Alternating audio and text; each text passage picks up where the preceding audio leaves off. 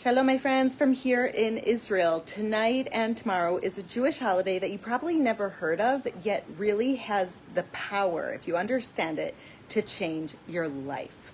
Tonight and tomorrow is the holiday of Tisha B'Av. It's the 9th day of the Hebrew month of Av, and it's when both the first and the second temple were destroyed. It's not by chance. God destined this day on the Hebrew calendar as a day of mourning. And so Jews all around the world tonight and tomorrow are literally in mourning, fasting for 25 hours, no food, no drink, reading the Book of Lamentations, sitting on the floor in mourning, not wearing jewelry or not doing anything fancy, not swimming, not doing anything that's joyous. We're sitting for 25 hours in mourning. And I think that what the holiday of Tisha B'Av teaches us is that there's two different kinds of mourning. One is a mourning for something that we lost and we're never going to get back, something that is gone forever.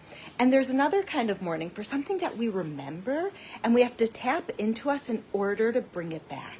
And so on Tisha B'Av, we are mourning something that we lost, the first temple, the second temple. But it's a mourning of hope that we know from the lowest places we're able to get to the highest heights. It's from this place of mourning on Tisha B'Av that we're able to envision the coming of Messiah, the days of peace, the rebuilding of the temple, the day when God's glory will be revealed.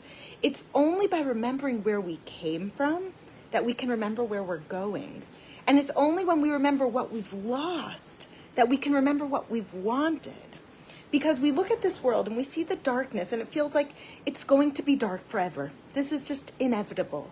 The anger is inevitable. The hatred is inevitable. The jealousy is inevitable. The tacharut, the all the different trying to be better than the other person, trying to have more money than the other person, trying to one up the other person, it's inevitable. And when we remember where we came from, that we came from holiness and light, we're able to remember the darkness that we see now is not inevitable. The darkness that we're experiencing is not the way it's supposed to be. The darkness and the brokenness and the war and the killing and the hatred and God being exiled. What does it mean that God is exiled? It means that God is not revealed. People can look and say, I don't believe in God. I don't see God. And what we know as people of faith is you can look at anything and not see God, but you can also look at anything and see God.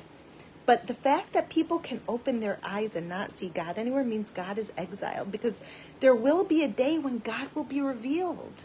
There will be a day when there's no denying God. There will be a day where God will reveal himself.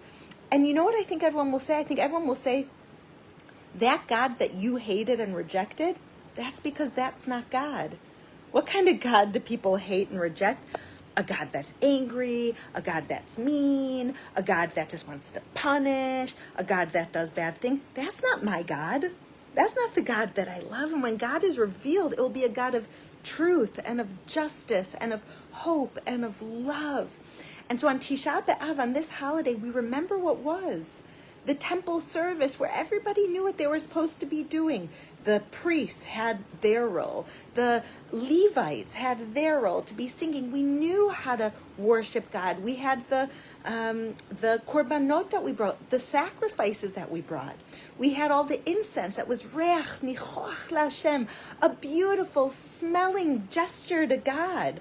We had everything was orderly. We knew what God wanted from us. And what we're mourning now, today on Tisha B'Av, is of course the first and second temple, but we're mourning the ability to connect to God in a real way, in a revealed way, the way he was during the first temple, the way that there was the bread that never got cold, and there was the ner tamid, the eternal light that was there, and we were able to bring a sacrifice and be forgiven. And we knew sacrifice to bring, the sacrifice for forgiveness, the sacrifice for thanksgiving, the first fruits, that there was an order. And in a world where God's not revealed, in a world where we don't have the temple, what that means is that there's no order. And so we have to make order for ourselves. But I'll tell you the secret to Tisha B'Av that's going to change your life if you internalize it. It goes back to the secret of the Jewish people. The Jewish people are 0.02% of the world population. There's less than 16.5 million Jews in the world. We, wherever we have gone, have been kicked out, killed, massacred, everywhere we've ever gone. From the times of the temple, right? We've been in Spain, kicked out of Spain. We were in Europe, murdered in Europe. And the secret to the Jewish people's survival is this. The Jewish people never look at themselves as victims. The Jewish people out of everyone have every reason to be victims. Every reason. Do you know today, 80 years after the Holocaust, we still haven't reached the number of Jews in the world that there was before the Holocaust? Still not. And yet we don't look at ourselves as victims. After the Holocaust, when 1/3 of the Jewish people were burned in ovens, including my family, we restarted.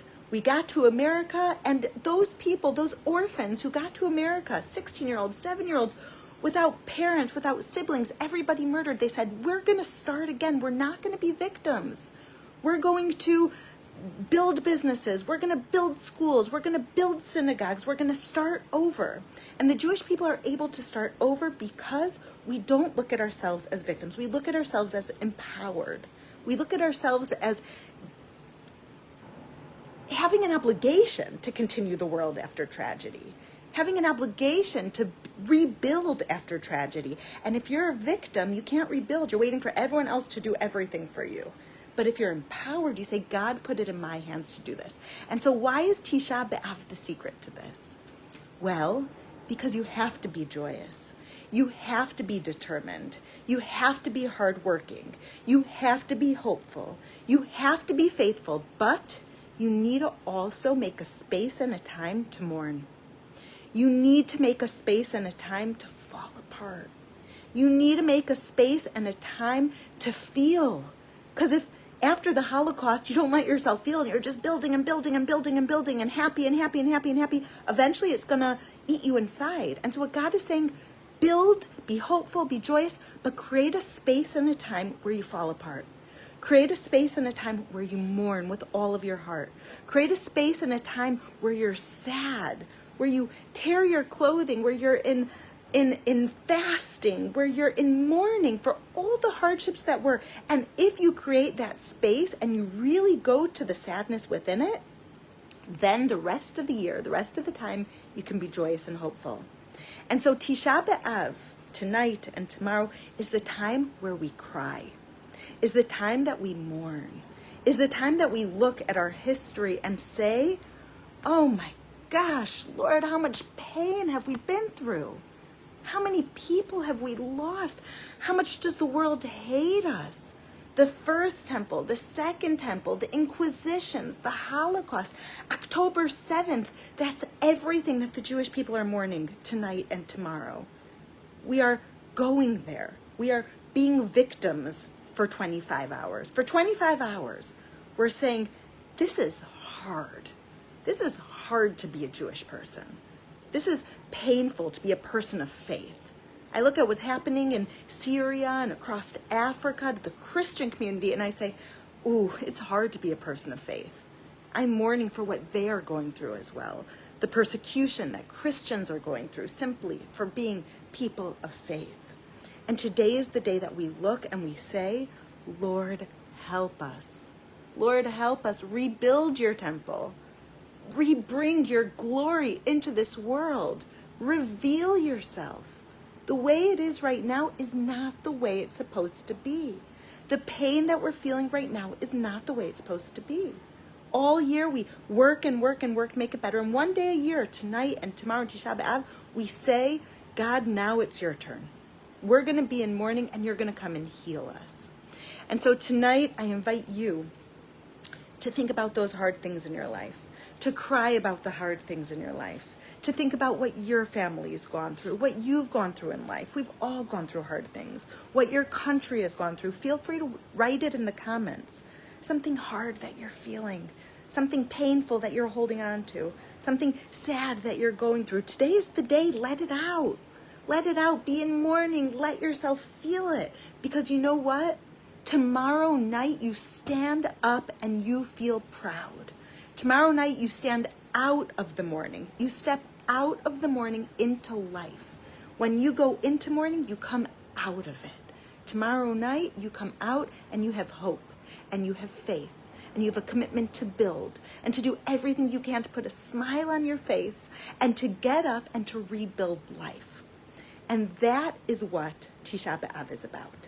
So I invite you to join Jewish people around the world in remembering the first temple and the second temple that were destroyed, remembering God's glory that's in exile, remembering God's revelation that's been hidden, to mourn for it in the macro and the micro. But tomorrow night, remember, you are stepping out of that mourning and you're going to re-enter life with joy.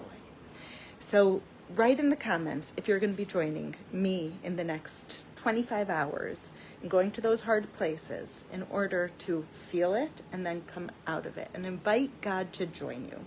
God says, I'm with you in your despair. God is with you. King David said, Mimamakim karaticha, from the lowest places I called to you, God. Call out to God from those low places. Call out to him. And if you think that you have friends or family members or communities or churches that need to hear this message, share it. Share it, share it, share it. Because the world needs to know how to have hope. But before the world knows how to have hope, we need to know how to mourn. There's a way to do it. Because there's a way to do it, and then there's a way to come out of it. May God hear all of our prayers. May we not have any more mourning. Only celebration, only revelation, only feeling the love of God. I believe it's coming. I believe it. I believe it's possible, and we can't let go of that hope.